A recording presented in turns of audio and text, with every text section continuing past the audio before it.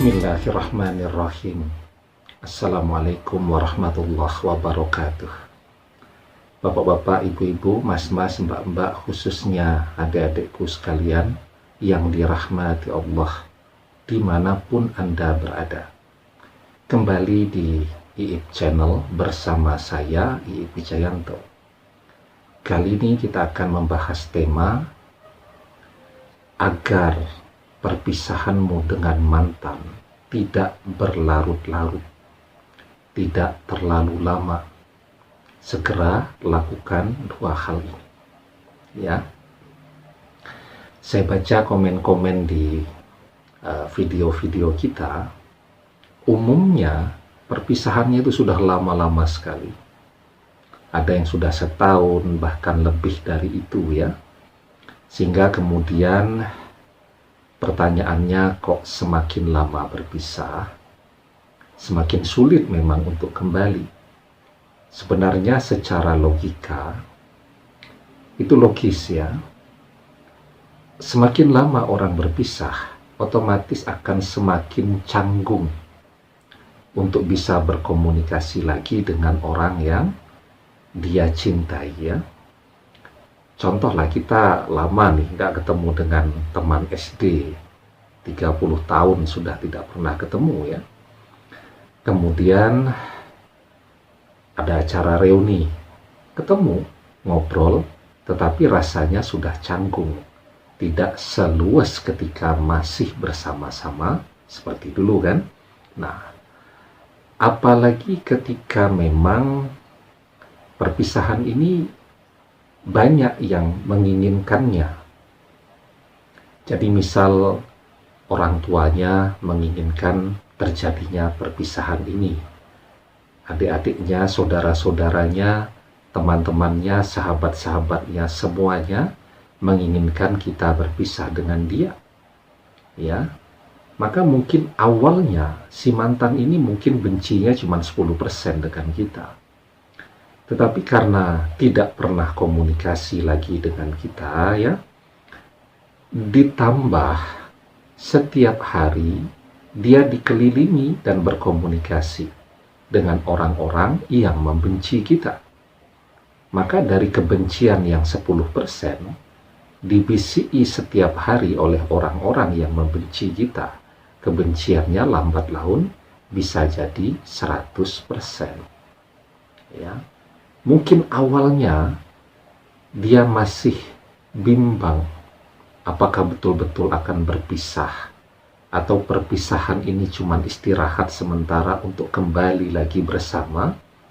Tetapi karena dia berada di sekeliling orang-orang yang membenci kita, ya, yang terus memompakan kebencian kepada kita, akhirnya dari bimbang dia yakin untuk betul-betul berpisah selamanya dengan kita. Nah, jadi ya, agar perpisahan itu tidak berlarut-larut ya, walaupun memang ketika momentum perpisahan itu terjadi, banyak kesalahan yang orang lakukan ya. Ini mantannya lagi mangkel-mangkelnya dengan kita, lagi sebel banget, lagi benci banget, dan kita berusaha untuk memaksa masuk ke dalam kehidupannya. Itu seperti orang memaksa ya berjalan di tengah badai, akhirnya pontang-panting. Ya, memaksa jalan ketika hujan lebat sedang turun, akhirnya basah kuyup. Manusia itu memang ketika dia sedang marah, dia butuh waktu untuk merenung, untuk diam, untuk mengendapkan kemarahannya. Ketika suasana hatinya sudah mulai baik ya, istirahatnya sudah mulai cukup. Karena perpisahan itu kan membuat orang jadi susah tidur, istirahatnya jadi tidak cukup. Hasilnya apa? Orang kalau istirahatnya jadi kurang begitu ya, ya otomatis jadi emosional, jadi temperamental, jadi pemarah, dan seterusnya tadi. Nah, maka biarkan dia istirahat ya, mungkin 1-2 bulan. Kemudian segera setelah itu berusaha untuk bisa menjelaskan apa yang kita inginkan kepada dia. Nah, pertanyaannya kan selalu, kalau saya bilang coba dijelaskan deh. Selalu bagaimana mau menjelaskan kalau akun-akun media sosial diblokir semua? Kita ini kan tergantung sekali kepada media sosial di zaman sekarang ini. Padahal kan di luar dunia maya nih, kan ada dunia nyata. Kita tahu rumahnya, kita tahu kampusnya, kita tahu tempat dia bekerja, kita tahu alamat rumahnya. Maka gunakan itu untuk bisa berkomunikasi kembali dengan dia. Kalau dia tidak mau ketemu, ya, Anda tulis surat. Ya, tulis surat. Anda yang pertama, yang paling penting adalah minta maaf. Ya, walaupun mungkin kesalahan bukan dari Anda, tapi tidak apa-apa. Untuk bisa minta maaf, kita harus memaafkan dulu kesalahan dia. Kan ada orang yang tipenya gengsinya luar biasa besar. Dia salah, tapi dia tidak akan pernah mau minta maaf. Di situ seninya. Kita yang harus mengalah, merendahkan diri, ya. Walaupun dia yang salah, kita yang kemudian minta maaf. Dan minta maaf itu juga adalah sesuatu yang amat sangat mulia, ya. Di dalam surat Al-A'raf ayat ke-199, Allah Subhanahu wa taala mengajarkan kepada kita, Huzil afwa wa'mur bil urf wa'arid anil jahilin. Jadilah engkau pemaaf dan suruhlah orang mengerjakan yang ma'ruf, serta berpalinglah daripada orang-orang yang bodoh. Ya. Nah, jadi kita diperintahkan menjadi orang yang pemaafkan, dan kalau kita sudah memaafkan dia, mudah saja bagi kita untuk meminta maaf kepada dia. Tujuannya apa ya? Tujuannya agar dia bersedia kembali berkomunikasi. Jadi Anda tulis surat, ya, sampaikan permintaan maaf Anda kepada dia walaupun Anda tidak salah, ya. Ini untuk mengetuk saja hati si mantan ini yang mungkin termasuk ke dalam tipe orang yang gengsinya tinggi dan tidak akan pernah mau minta maaf duluan walaupun dia salah.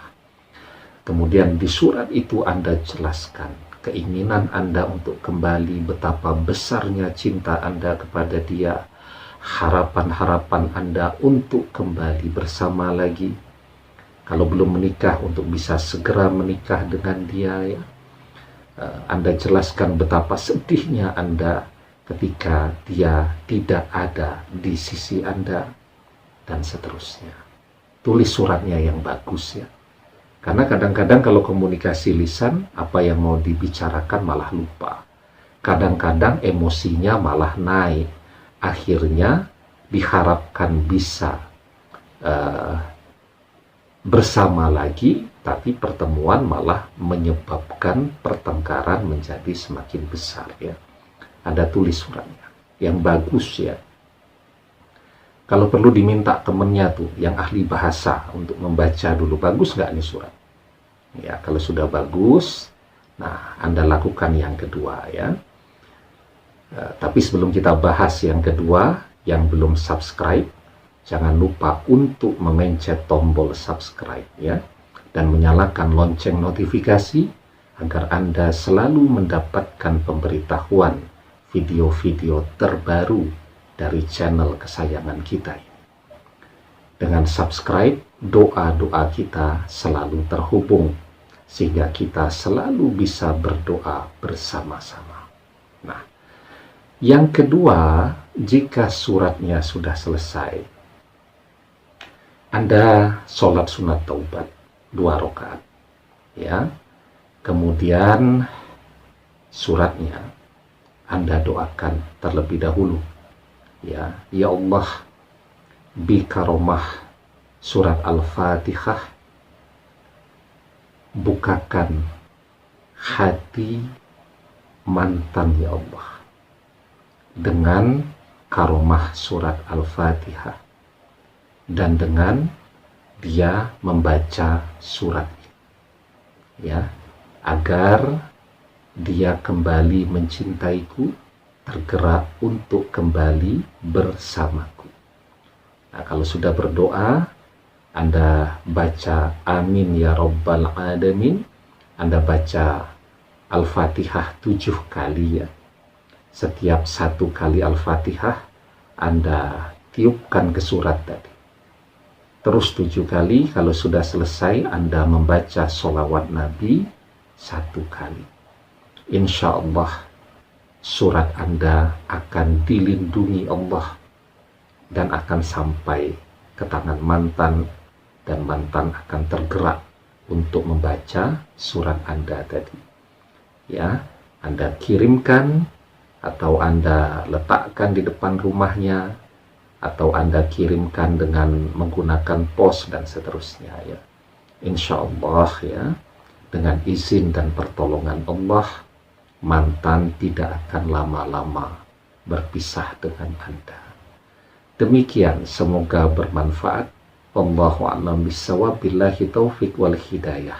Assalamualaikum warahmatullahi wabarakatuh.